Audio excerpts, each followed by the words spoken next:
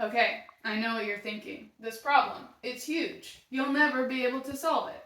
Not true.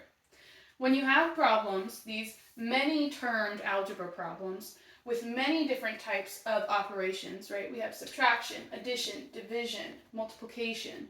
When you have these problems, what we need to remember is that order matters. Order is important.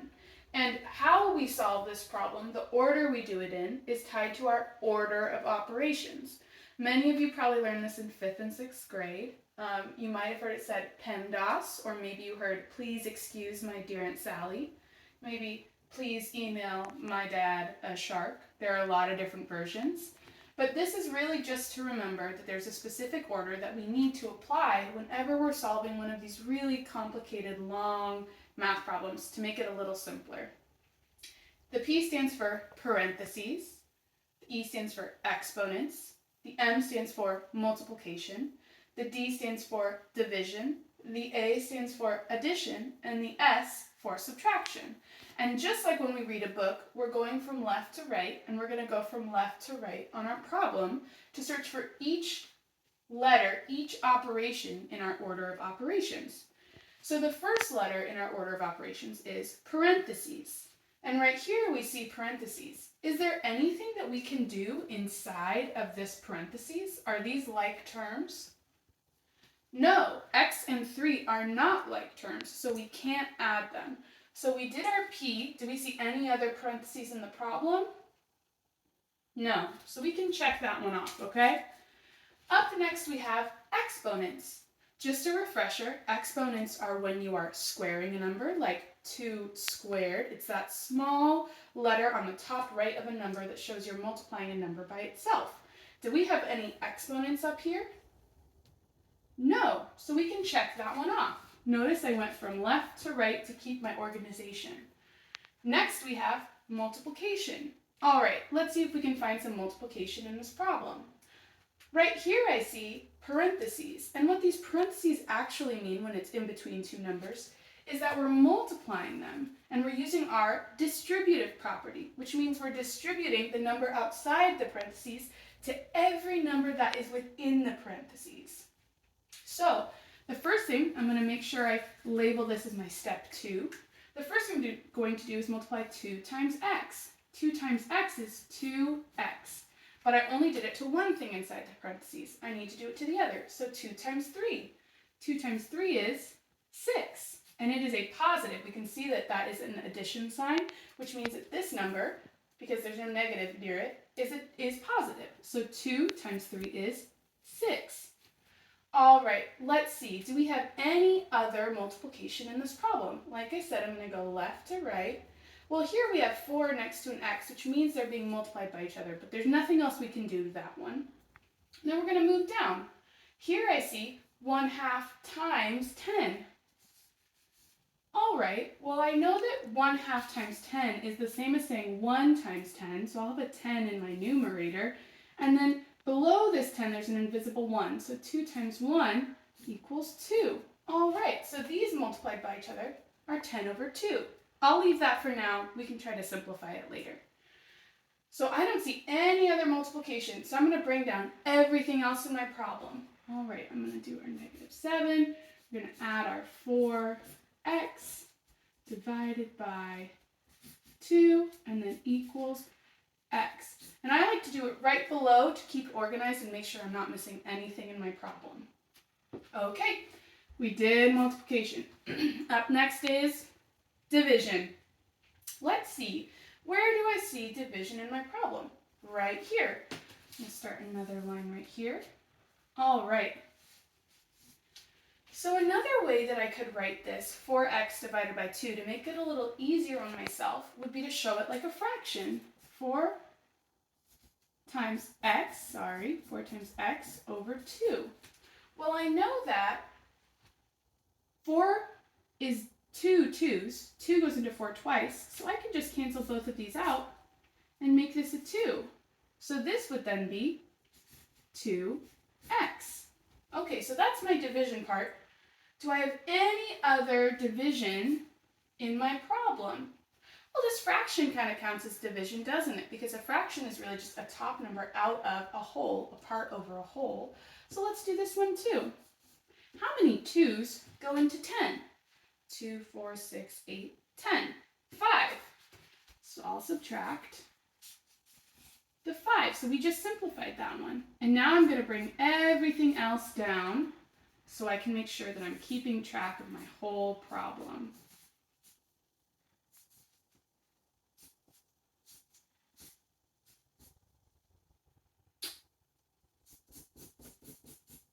I'm just going to X that out. I made a mistake, but mistakes are okay. As long as I make sure I remember and I understand my problem, that's okay. All right, so now we've done PEMD for division, and now we need to do addition. All right. So am I able to add 2x plus 6? No, they're not like terms. Can I add 7 plus 2x? No, they're not like terms. So maybe what my next job would be to combine my like terms so I can do my addition. So let's see. Here I have 2x, and this is a positive 2x, so maybe I'll put those two together, right? 2x and 2x, there's no negative, so that would be a 4x. All right, up next I see that I have a positive 6 right here, so I'm going to do a positive 6. Next to that I see minus 7, or we could pretend it's negative 7, and a negative 5, so I'll add those two together.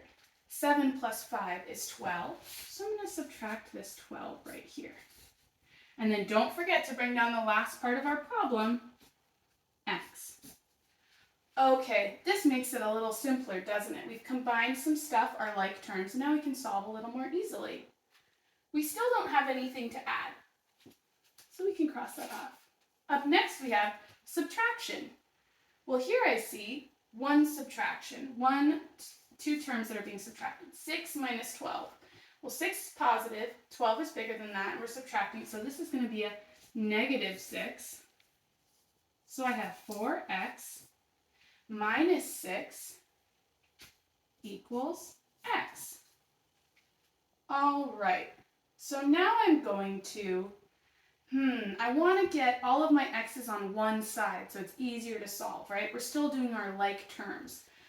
So I think what I'm going to do is I want two positive numbers. That's just easier for me. It's not necessary, but it's just something I think would be easier for me. So I'm going to add the 6 to both sides, because remember, whatever you do on one side of the equation, you have to do on the other. And I'm going to subtract the x on this side and an x on that side, but I'll do one step at a time. So 4x, we added 6 on both sides, this will be 0, equals x plus 6. You guys still see that okay? Yeah? Great.